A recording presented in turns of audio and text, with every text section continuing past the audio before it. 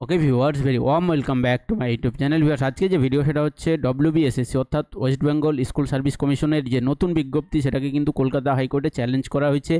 তোমাদের প্রিভিয়াস ভিডিওতেই বলেছিলাম, যখন নোটিফিকেশনটা এসেছিলো তোমাদেরকে আমি বলেছিলাম যে এই নোটিফিকেশনে অনেক কী আছে না, ত্রুটি আছে, অনেক স্কোপ আছে, যেগুলো কী করা যাবে না, চ্যালেঞ্জ করা যাবে।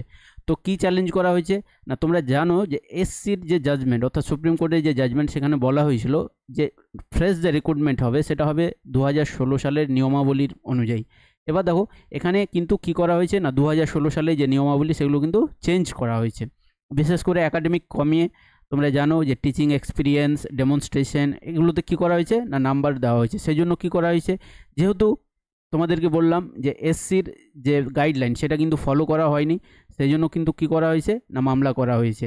এবার দেখো এই যে মামলার শুনানি, সেটা কিন্তু সম্ভবত 5 জুন অর্থাৎ 5ই জুন কিন্তু হতে চলেছে।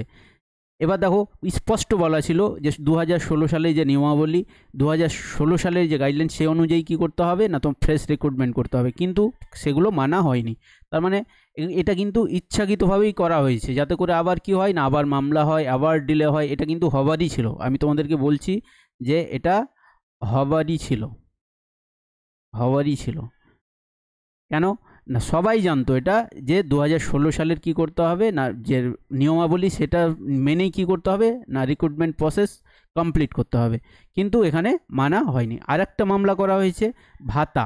তোমরা জানো যে সরকার ঘোষণা করেছিল যে যারা গ্রুপ সি এবং গ্রুপ ডি,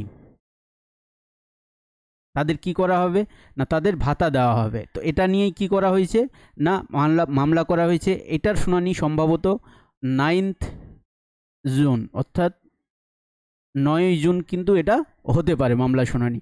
তো এবার শুনানি সময় যদি কোনো নতুন আপডেট আসে, অবশ্যই তোমাদের সামনে শেয়ার করব। তো তোমাদেরকে বলবো তোমরা কি করো, যেহেতু নোটিফিকেশন এসছে, নোটিফিকেশনে যদি চ্যালেঞ্জ হয়, কোনো মডিফিকেশন হতে পারে, আবার হয়তো নতুনভাবে বিজ্ঞপ্তি আসতে পারে, কিন্তু এক্সাম হবেই। আমি তোমাদেরকে বলছি যে এক্সাম হবেই, এক্সাম হবেই, সরকার কিন্তু এক্সাম নেবেই, এক্সাম হবেই। সেই জন্য তোমরা কি করো না, পজিটিভলি পড়াশোনা করো।